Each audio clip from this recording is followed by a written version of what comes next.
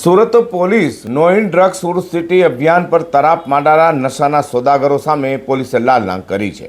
તો સુરતના લાલગેટ પોલીસે સૈયદપુરા માર્કેટ પાસે મહાનગરપાલિકાના પેન યુઝ ટોયલેટ પાસેથી એમડી ડ્રગ્સ વેચનારને ઝડપી પાડી લાખો રૂપિયાની મત્તા કબજે કરી હતી. સુરત પોલીસ કમિશનર અનુપમસિંહ ગેહલોત દ્વારા no drugs in Surat city અભિયાન ચલાવવાની નશાનો કાળો કારોબાર કરનારા તથા નશેડીઓ સામે ઝુંબેશ હાથ ધરવા આપેલી સૂચનાને લઈને સંયુક્ત પોલીસ કમિશનર સેક્ટર 1 વામાંગ જામી, ડીસીપી ઝોન 3 રાઘવ જૈન અને એસીપી ડિવિઝન આરઆઈની team PI NM Chaudhary, second P આરએમ ઠાકોરની ટીમ પેટ્રોલિંગ હતી. ત્યાં લાલગેટ પોલીસે પેટ્રોલિંગ દરમિયાન બાતમીના આધારે સૈયદપુરા માર્કેટ પાસેના સુરત મહાનગરપાલિકાના પેન યુઝ ટોયલેટ પાસેથી એમડી વેચતા અરબાઝ ઇસ્માઇલ શેખની ધરપકડ કરી હતી અને પોલીસે તેની પાસેથી 5,10,000થી વધુની કિંમતના 50.40 ગ્રામ એમડી ડ્રગ્સ કબજે કર્યો હતો. આરોપીની પૂછપરછમાં તેણે આદિલ ઉર્ફે મસાલા રફીક વાણિયા પાસેથી ડ્રગ્સ લીધો હોવાની કબૂલાત કરતા લાલગેટ પોલીસે તેને વોન્ટેડ જાહેર કર્યા છે.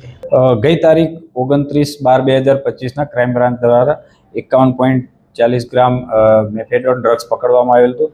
જે તે વખતે અગાઉનો આરોપી અરબાઝ શેખ ધરપકડ કરવામાં આવેલી હતી અને તપાસ દરમિયાન આરોપી આદિલ ઉર્ફે જાડો ઉર્ફે મસાલો રફીકભાઈ વાણિયા રહે શાહપુર સુરતવાળો નાસ્તો ભરતો હતો.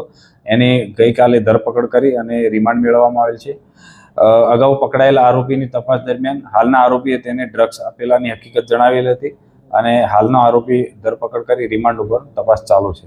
સુરત પોલીસ નશાના કાળા કારોબાર સામે કડક કાર્યવાહી કરી રહી છે, ત્યારે ચોરી છુપીથી નશાનો કારોબાર કરનારો સામે પણ પોલીસે બાદ નજર રાખી છે, જેને લઈ નશેડાઓ અને નશાના સોદાગરોમાં ફફડાટ જોવા મળે છે.